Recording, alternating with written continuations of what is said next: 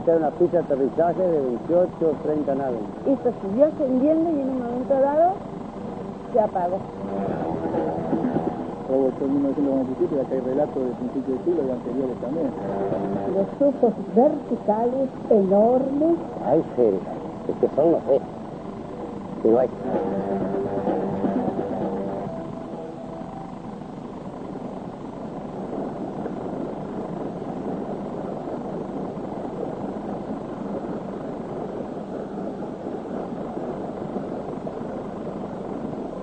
Victoria es una ciudad que cuenta con un departamento de islas muy grande, son 360.000 hectáreas de islas vírgenes, un delta realmente impresionante por su flora, su fauna y además porque en semejante inmensidad de islas y de campos no hay gente, muy poca gente, muy pocos habitantes, solamente aquellos que viven de la caza de la nutria y que viven de la pesca.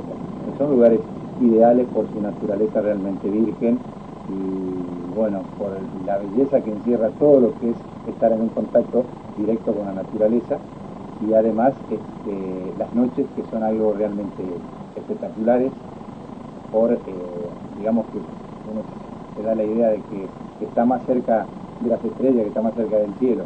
Quizás por eso mismo sea uno de los lugares donde realmente existen los mejores y los más increíbles avistamientos de naves.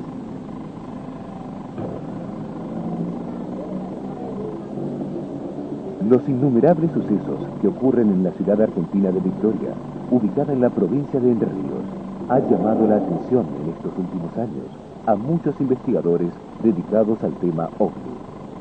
Uno de ellos, Silvia Pérez Simondini, decidió radicarse aquí en 1991 y formar un equipo de investigación cuya finalidad es develar el origen de los misteriosos eventos.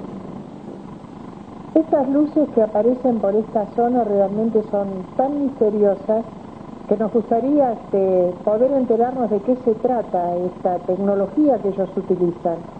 Es lumínica, por supuesto, pero ¿por qué el cambio de colores? ¿Por qué el cambio de formas? Es algo que realmente nos tiene bastante abstraídos porque no podemos determinar fehacientemente si lo que estamos viendo es lo que comúnmente se llama un plato volador, porque difieren las medidas. A veces son muy grandes, a veces son medianas, a veces muy pequeñas, a veces vienen en formación y nos dan la impresión de que fueran pequeñísimas esferas lumínicas que así como de un momento la vemos pequeña, en otro momento se hacen de una dimensión increíble y no podemos entenderlo.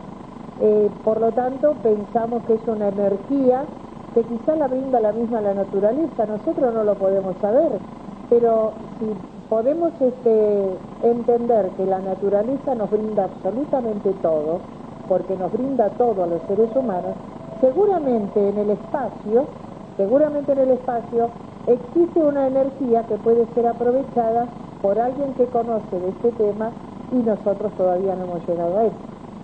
Una de las primeras personas que comienza a observar el fenómeno en forma continua es Ricardo Guzmán, cuando se desempeñaba en 1985 como cuidador nocturno de un establecimiento local. Lo que sí yo he sacado en conclusión es de que por los testimonios que ha habido de muchos años atrás, que esto es ancestral, que prácticamente conviven con nosotros, o siempre han convivido, y lo que saco en conclusión de lo que a mí me ha tocado vivir es que en este último tiempo se han manifestado más por alguna u otra cuestión de ellos.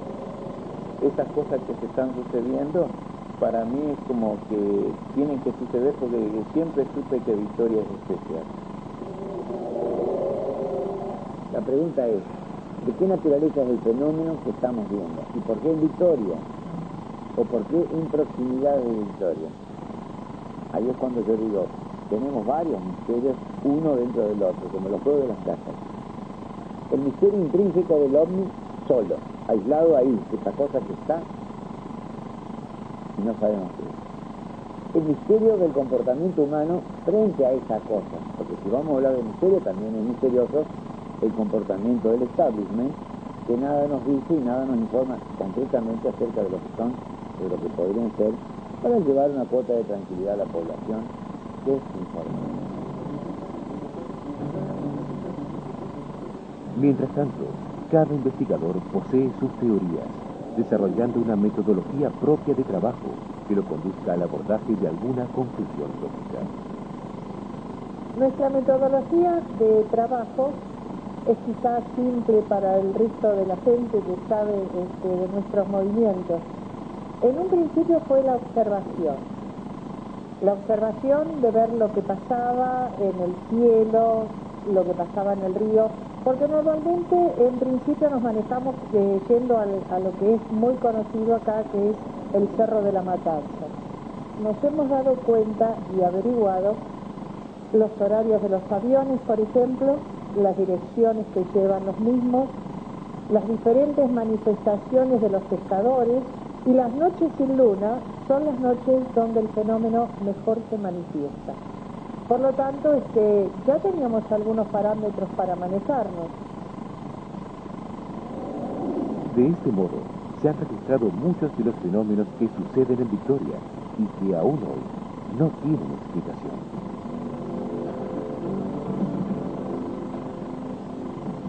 Otros investigadores se dedican únicamente a la observación, intentando descubrir qué se oculta tras estas luces y a la vez poder diferenciar claramente si tal manifestación es conocida o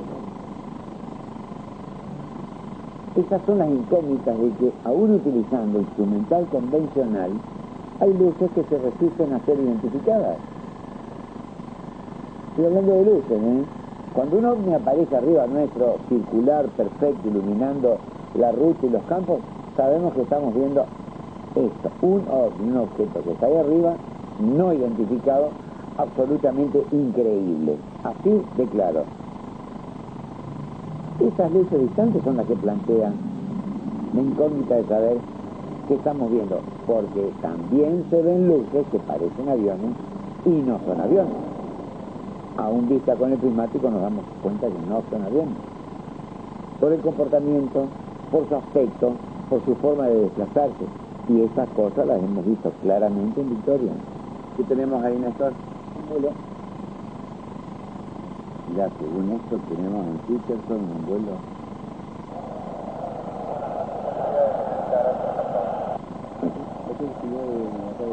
Y el vuelo de Peterson. Abandona el área del aeropuerto y se dirige. No he tenido la oportunidad de hablar yo con un avión, porque eso transmite y recibe. Pero debo confesarles que he oído conversaciones entre aviones, reportándose entre sí tráfico, o sea, un supuesto avión, o pirata, o desconocido, o narco, u ovni, y yo desesperadamente buscándolo por todos lados donde lo tenían, porque no dan las coordenadas desde la cual lo ven. Se preguntan entre ellos, ¿tenés un tráfico a tal hora? A la hora del reloj, puesto en la ventanilla. ¿Tenés esto? ¿Tenés? Y cuando uno quiere acordar, ya lo perdió de vista. Mirá cómo ilumina. Mirá, Pipo, cómo ilumina. Y un avión no ilumina de atrás. Y el mismo fenómeno nos mostró de que se da absolutamente, y primero de todo que es nuestro impulso de investigación el río, y después, por supuesto, el campo.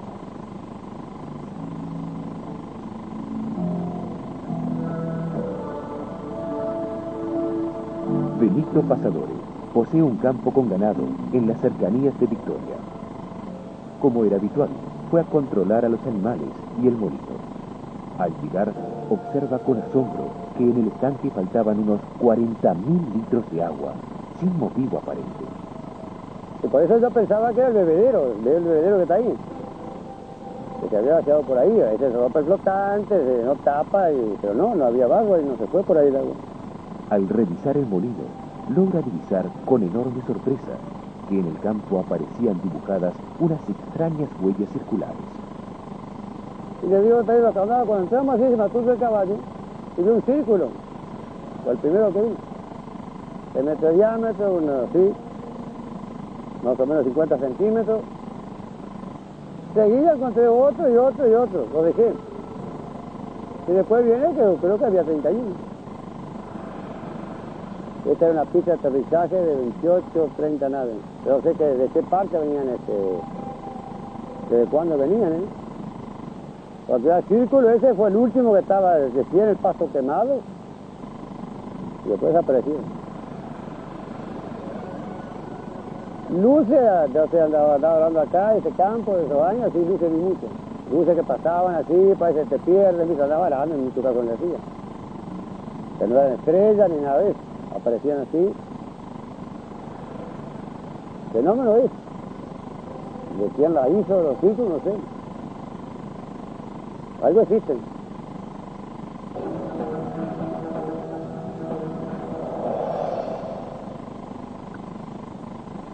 A pocos kilómetros de Victoria, un capataz y su grupo de empleados vivieron otra increíble experiencia anómala, pero de diferentes características.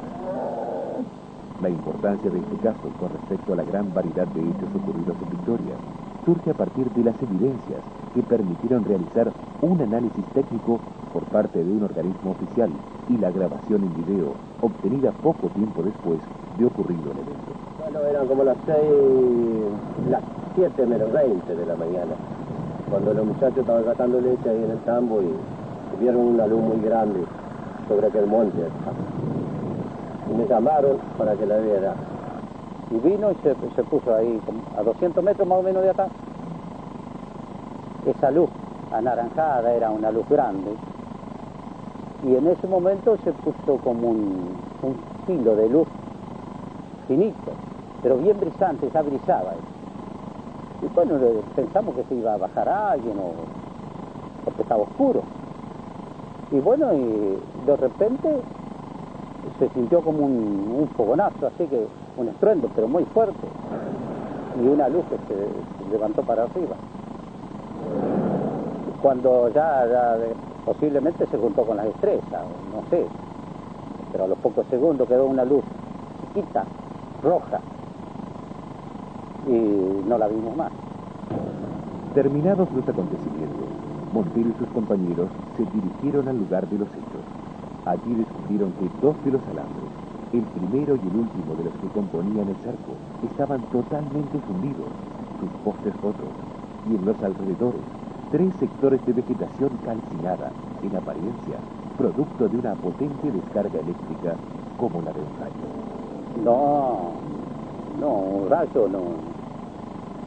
Un rayo no se sabe de qué es totalmente distinto. Yo he visto caer rayos, pero el rayo cae, es un relámpago primero, después el ruido, y esto fue de abajo para arriba. Es totalmente distinto, nada que ver. Gracias a la posibilidad que tuvimos mediante contactos con un organismo oficial, pudimos hacer análisis jamás obtenidos en la investigación OVNI, por lo menos en nuestro país.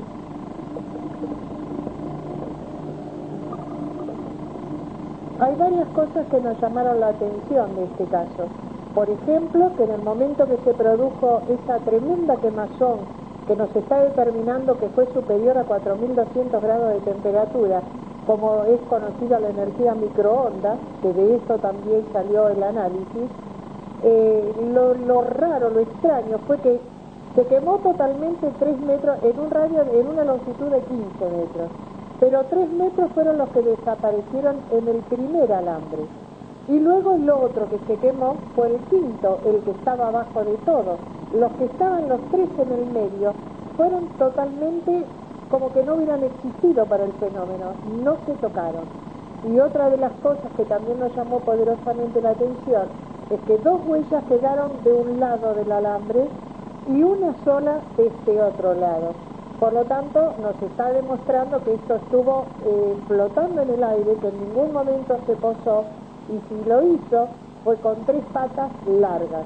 Y si no fueron patas, fueron 3 rayos. En mi opinión, lo que ocurre aquí es que la proyección de estos aparatos a nivel microondas afectan o destruyen lo metálico, el alambrado queda desintegrado, queda fundido, como ocurre en un microondas, un metal, Y al mismo tiempo el pasto debajo lo deshidrata, no lo quema. Es decir, que no es un agente como el fuego, que vamos a suponer que quemaría el alambre y el pasto también lo calcinaría. En este caso no, lo deshidrata el pasto, mientras que el alambre lo funde, como ocurre en un horno de microondas, o como también sucede en las técnicas de calentamiento por radiofrecuencia que se llama. A pesar de que existen antecedentes de principios de siglo, es en 1991 cuando, a raíz de una seguidilla de llamativos hechos y extrañas apariciones de luces, la Laguna del Pescado toma fama, generando conmoción en la localidad de Victoria. En ese momento, la prensa de Buenos Aires se hace eco de la noticia. ¿Usted cree en ovnis? Si no cree, no sé, pero que los hay, los hay. Fíjese el nuevo informe que hicimos en Victoria y las marcas que dejaron.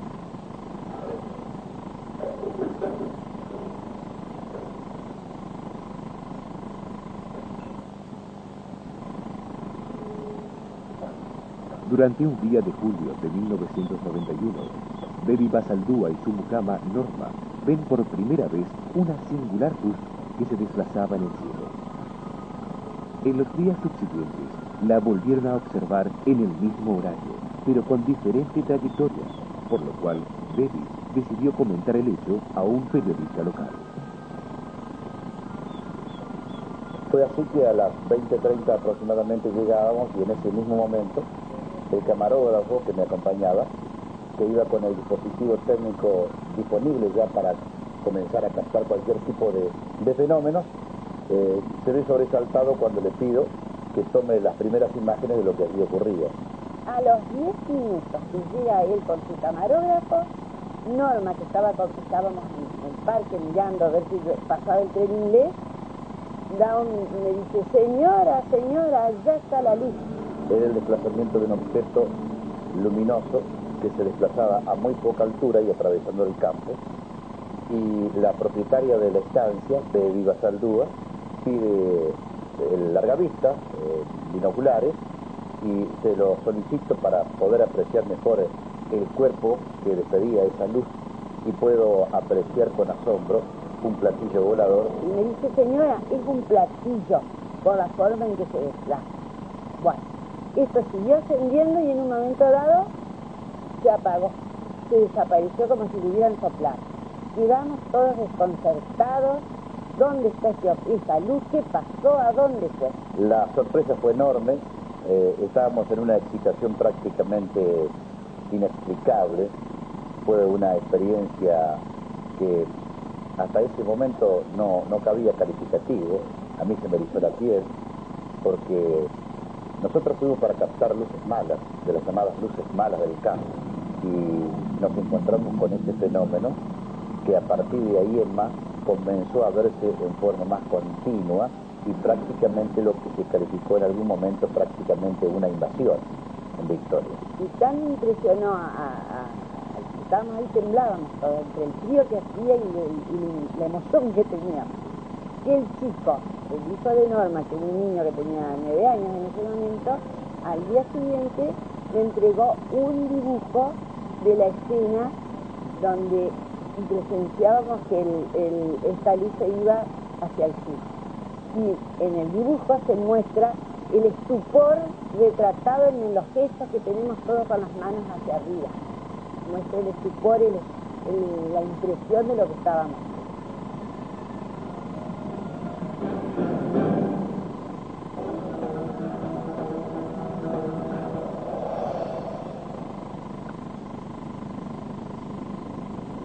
Las abducciones son comunes en todas partes del mundo.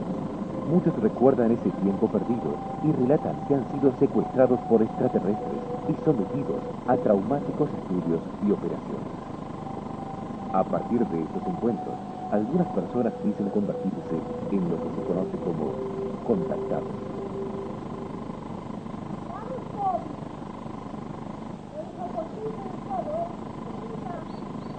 Carmela y Laura son 2 enfermeras españolas que transitaban una cómoda vida en Galicia. No conocíamos Argentina. Entonces, nos dicen que veníamos a Victoria, a un lugar llamado Victoria. La primera vez que fue a un lugar llamado Victoria, y ahí nosotros buscamos, en vacaciones que tuvimos en el año 71, vinimos, recorrimos el país y buscábamos Victoria, buscamos mapas. A partir de un encuentro con un ovni en España, comienzan a recibir extraños mensajes. Es así que abandonan todos sus bienes para instalarse al otro lado del mundo.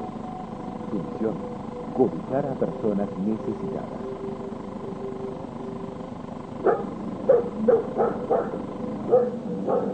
Atraídos por la curiosidad, Silvia y parte de su equipo deciden conocer personalmente el mundo. Los hermanos superiores, yo en concreto, vamos, puedo referirme a mi guía, pero son toda una serie de entidades, seres evolucionados. Unos son físicos y otros no son físicos. Y están ayudando a la humanidad desde siempre y están velando porque el plan evolutivo siga el camino que el Creador prevé. Ellos son sus ejecutores, como si dijésemos nosotros. Simplemente lo vemos más que coherente, lo vemos lógico, y por ahí, si no lo vemos lógico y preguntamos, nos aclaran las dudas que podemos tener. Y fue, de alguna manera, una especie, no digo mandato, pero sí una disposición que ya hacía tiempo habíamos mostrado de que no fijaran. Al transcurrir las horas, la conversación había generado un vínculo afectivo muy estrecho. Esa noche, al retirarse, vivirían un suceso tan especial que afianzaría aún más esta relación. Cuando nos despedimos de Carmela y Laura esta noche, lo primero que hago, llamo a Victoria, a mi madre, por el celular y le digo de que ya estábamos regresando a Victoria.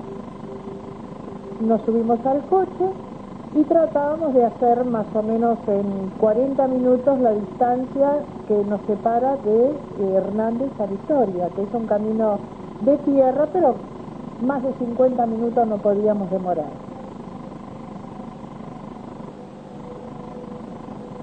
Esa noche el camino estaba bastante bueno y teóricamente tendríamos que haber tardado no más de 45 minutos en hacer el trayecto. Tomamos el camino, veníamos muy alegres, bastante contentos, veníamos comentando lo que habíamos estado hablando con estas dos maravillosas mujeres, y de golpe hacemos un alto en el camino, a observar unas luces, me bajo yo con los binoculares, y como hacía mucho frío en el tiempo de invierno, prácticamente en mayo, me bajo y observo, aparte de esas luces, adelante del auto, como unos 20 metros, un caballo con un jinete. El hecho más anecdótico de esta experiencia es que Pablo en determinado momento me dice: prende las luces para ver el jinete, si viene el jinete, y cuando prendo las luces no había nada y había como una neblina que venía avanzando hacia el lado del auto, pero lo cierto es que prendí las luces y delante del auto no había nada, ni jinete, ni caballo, ni nada que se le pareciera que pudiera hacer ese ruido. De hecho, todos creíamos que habíamos visto venir o escuchado venir un jinete a caballo, pero nunca apareció. Entonces, ¿cómo podía ser? Si no había ningún cerco, no había ninguna tranquera, nada por donde esta persona pudiera haberse ido. Veníamos comentando que toda la parada que hicimos, cuando llegamos a Victoria, a mi casa, mi madre asombrada dice: ¿qué les pasó? Nosotros dijimos: nada. ¿Por qué? Fíjense la hora, ustedes me llamaron a las 10 de la noche. Efectivamente, eran la 1 menos 10 de la mañana y no podía haber sido nunca. Miré mi reloj, Andrea miró el suyo, Pablo miró el suyo, sí, eran la 1 menos 10 de la mañana. ¿En qué se nos había ido tanto tiempo si nosotros lo único que hicimos pudimos haber estado 15, 20 minutos, pongamos media hora, analizando el caso del famoso jinete? El hecho es de que nosotros perdimos mucho más de 2 horas y no habíamos llegado a Victoria. ¿A dónde se fueron estas 2 horas? A los pocos días, Laura y Carmela aseguran tener la explicación de lo sucedido. Sus guías espirituales les habrían comunicado que durante su viaje habían sido abducidos. Así que bueno, quedó como lo que muchos investigadores consideran como un missing time, y creo que nosotros esta noche fuimos parte de una experiencia de esas características. El cúmulo de relatos y experiencias varían en todos sus aspectos. Fue este año, no hace mucho tiempo, en circunstancias que estaba en la zona del hospital por una persona que había entrado fallecida, y ya esperando a los familiares, habrán sido entre las 2 y las 3 de la madrugada, estaba en la esquina del hospital, yo me acuerdo, y cayó algo como un cilindro verde así, pero a pocas cuadras, 4 cuadras más o menos, y a donde hay casa de familia. Y yo pensé que iban a llamar, que iba a pasar algo, que la familia se hubiese asustado o comentar algo, y sin embargo no pasó nada. Y lo vi caer y llegó, pero donde estaba una casa de familia, por ejemplo, no sé qué casa de familia, porque ya le digo, habrán sido 3 o 4 cuadras donde cayó, pero se vio clarito porque el hospital está en una altura, por ejemplo, y yo paraba en la esquina, viste, muy claro caer una especie de cilindro verde, así, por decirlo de una forma. Estábamos adentro de la carpa y se escuchaba ruido, como que algo rozase la carpa o cabeceara. Y bueno, yo cada vez que se sentía ese roce en la carpa, yo le pegaba a la carpa y se escuchaba que algo corría entre los tuyos y al rato volvía y lo golpeaba.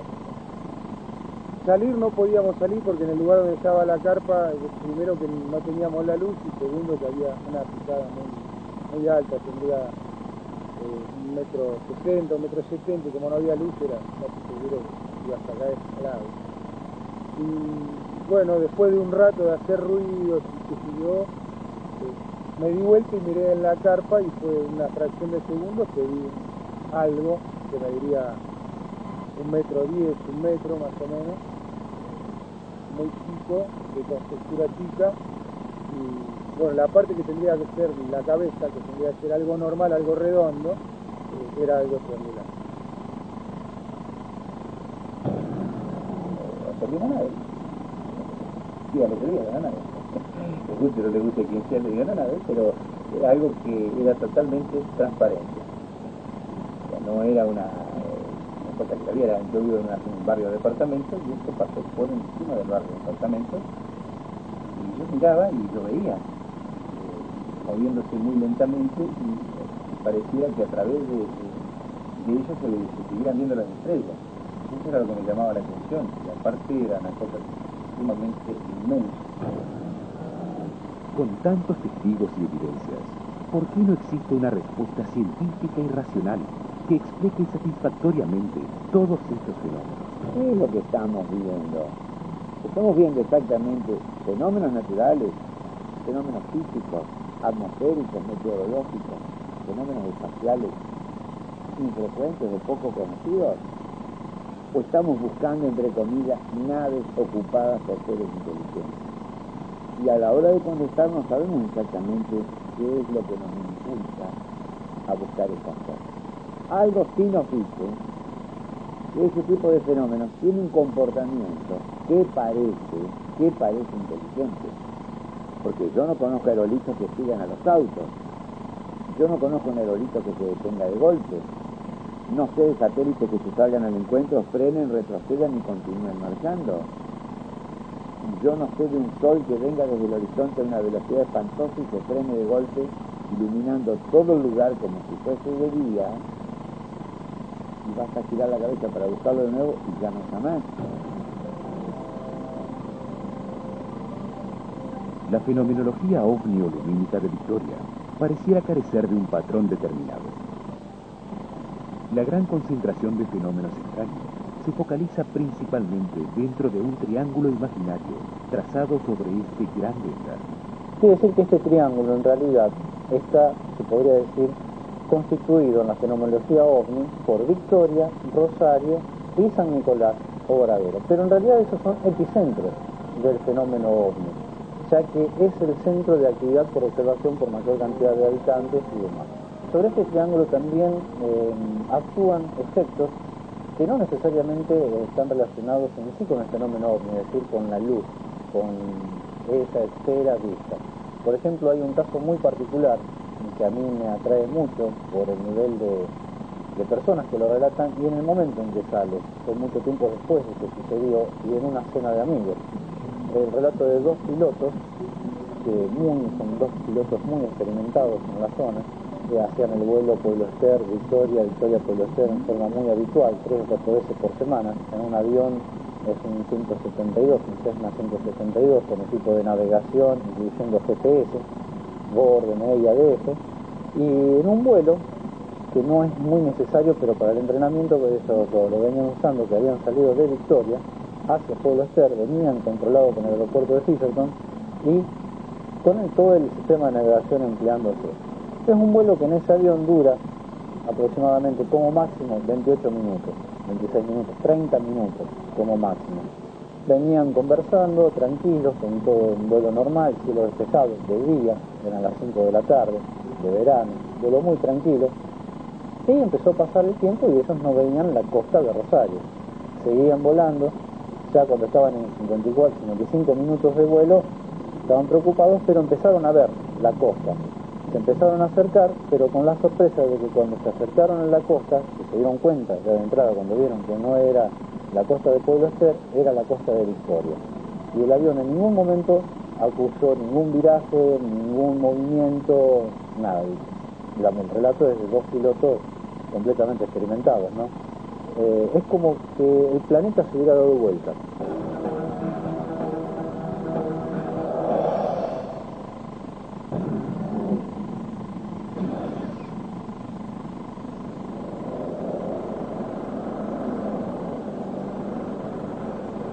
El fenómeno se enmascara mutuamente entre la población, pero lo importante de esto no es solamente ver a la luz, ver el ovni, el volador no identificado, no sé qué es, creo que nadie puede confirmar en la actualidad qué es eso, pero lo importante de esto es saber qué está haciendo en esta zona, por qué interactúa con el hombre acá en esta zona. Gauna y Aldunati estudian el fenómeno ovni desde la ciudad de Rosario, ubicada en la costa occidental del Gran Río Paraná. Ellos investigan principalmente las causas que producen dicho fenómeno y su interrelación con el hombre.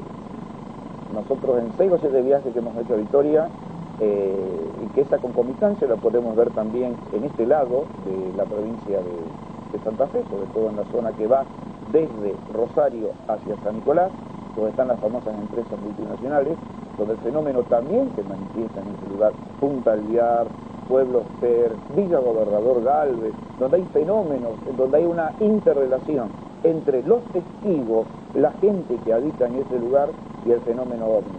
Han ocurrido muchas cosas, muchos elementos que nos llevan a nosotros a pensar que hay una especie de relación. Quizás, ¿por qué no?, una manipulación del fenómeno hacia ciertos seres humanos que están ubicados en ese sector. Hay muchos casos de abducciones, muchos casos de contacto físico en la zona de Pueblo Ester hacia Arroyo Seco. Hay muchos pescadores de la zona que manifiestan inclusive contactos un poco traumáticos con estos objetos voladores no identificados, en vuelos muy rasantes, en forma de asustar mucho, inclusive algunos hasta con desapariciones. Y creo que hay una interacción entre el fenómeno investigador, como la hay con el fenómeno, con cualquier ciudadano que tiene en el momento una experiencia. La diferencia entre el ciudadano común, que tiene una experiencia, y el investigador, es el investigador encima la busca. Durante la rutina de observación y en el afán de descubrir los secretos de esta fenomenología, una noche experimentaron un acontecimiento inquietante. Decidimos ir al Cerro de la Virgen, que es un cerro, bueno, ahora es diferente, pero en ese momento había una pequeña ermita con una virgencita y era un espacio bastante reducido donde no se podía maniobrar demasiado con un vehículo. Decidimos llegarnos ahí para observar el río desde ese sitio. La noche estaba muy fría, una noche de invierno, tremenda. A medida que íbamos llegando, nosotros, en el caso mío, podría jurar de que no había nadie en el cerro. Solamente se veían los dos arbolitos que aquí estaban y no había nada, ni personas, ni vehículos, solamente nosotros que íbamos llegando. recuerdo que cuando llegamos al Cerro de la Virgen, me estacioné, yo iba manejando, me estacioné mirando a la costanera. Recuerdo que empezamos a observar con los binoculares, como siempre, los binoculares los tenía yo, y estaba observando todo el horizonte que me hacía pensar de que había tormenta sobre Rosario, y también a los pocos minutos, no sé precisar cuántos minutos, pero no pasó mucho tiempo, siendo que alguien comenta del auto de atrás. Veo un auto. Digo, ¿cómo puede ser que detrás de nuestro coche haya un auto si cuando recién subimos no había absolutamente nadie? Nosotros estábamos mirando el río y el otro coche mirando hacia la parte de atrás, al baúl de nuestro vehículo, a escasos 1,5 metros, no más. Nos dimos vuelta todos juntos, miramos, y nos llama la atención, era nuestro mismo coche el que estaba atrás del nuestro. ¿Cómo se entiende eso? No lo sé. Ninguno de nosotros pudimos discernir de qué se trató esto. La única diferencia que había entre un auto y el otro era que ese auto desconocido no tenía patente, pero eran similar color, oscuro, toda la característica del auto que nosotros nos movilizamos, a excepción de que no tenía patente. Empiezo a mirar por dentro del auto y hasta el mismo tapizado tenía, no se observa movimiento de personas. Pensábamos en bajarnos, en tocarlos, porque adentro con los binoculares que estábamos observando no había absolutamente nadie. Ricardo Guzmán abre la puerta para bajarse.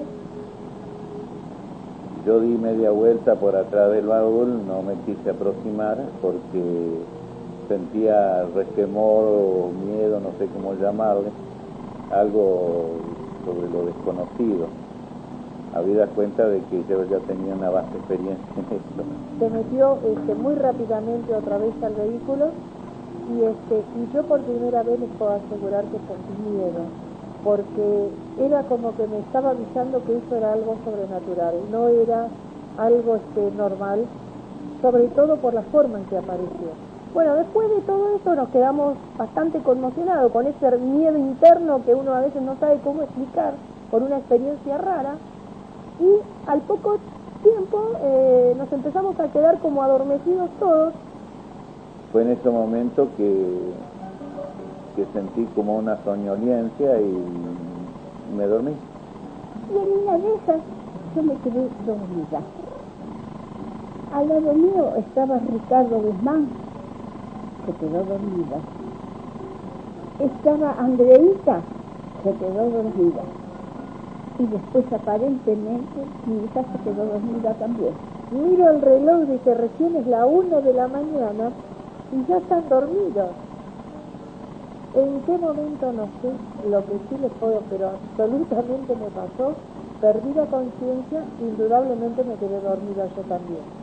No sé el tiempo que ha pasado, en una de esas yo me desperté y le dije a Silvia, le digo, Silvia, está todo oscuro, qué negro está todo. Yo me despierto y me dice, está todo negro. Miro alrededor, efectivamente no había luces en la costanera, porque el Cerro de la Virgen se encuentra justo frente a la costanera, y de golpe es como que todo se disipó.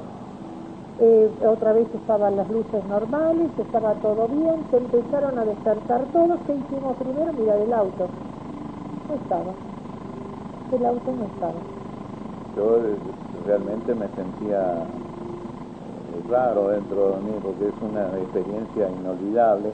Fue una experiencia que realmente sobrenatural. Cuando miro el reloj eran las 1:35, por lo cual yo personalmente me dormí exactamente 35 minutos, al momento que mi madre me despierta. Pienso que en ese momento de nuestro sueño algo ocurrió, cosa que tengo mis dudas hasta el día de hoy, puesto que yo no me he sometido a nada, digo que yo siempre tengo la duda de lo que pasó esa noche. Sé fehacientemente que ningún auto hubiera podido entrar ahí si yo no hubiera movido el mío, más allá de que hubieran querido intentarlo por otro acceso, era imposible porque era todo acantilado, el camino de atrás estaba roto, era imposible que entrara hasta una máquina siquiera, así que era imposible que un auto estuviera ahí si yo no hubiera movido el mío. Yo el mío no lo moví y después, así como apareció, desapareció. Y esa experiencia no la voy a olvidar nunca. ¿Existe una interrelación entre estas personas y el fenómeno? ¿O la continua búsqueda de respuestas los conduce al terreno de la sugestión? Sobre todo los investigadores de campo están más expuestos a el contacto con el fenómeno. De hecho, la instancia de ir a buscar el fenómeno, estadísticamente te acerca más a tener experiencias o encuentros con el fenómeno mismo. No es hora ya de que oficialmente la OASI o algún organismo internacional con autoridad e imperio legislativo sobre el resto de las naciones se ocupe del tema de estos fenómenos anómalos. Yo creo que ya el establishment no puede ocultar el fenómeno. Ya no podemos tapar el sol con un dedo. Media humanidad está loca porque de cosas y la otra humanidad se acuerda porque no las ve. Yo creo que en esto hay que evitar como dos extremos. Un extremo sería el de un total escepticismo. Casi que uno ya de entrada, sí, a priori, emite como un juicio descartando, rechazando totalmente todo lo que puede ser un fenómeno que vaya más allá de lo, digamos, de lo natural o de lo que consideramos como más normal o que se pueda explicar desde un punto de vista científico o lo observable. Y por otro lado, a veces el otro extremo estaría en una actitud que se caracteriza por no solo creer en todo, así acríticamente, sino que a veces como que se busca, ¿no es cierto? Y de algún modo hasta se puede proyectar algo que está en uno, y en esto sabemos que se produce muy fácilmente la llamada psicosis colectiva, se da como un contagio.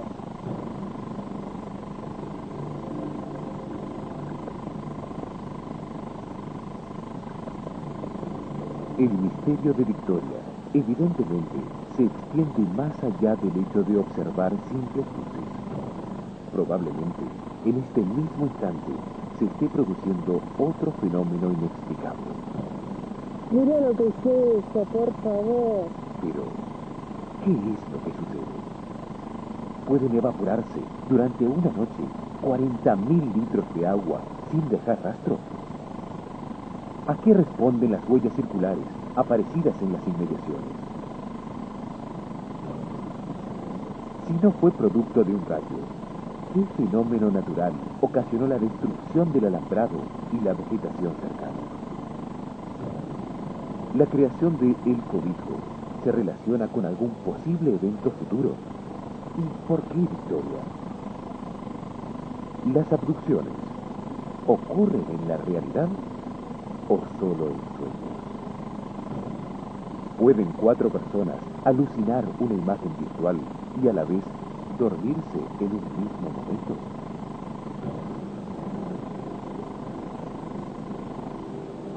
De todos estos relatos y sucesos se desprenden diversas conjeturas.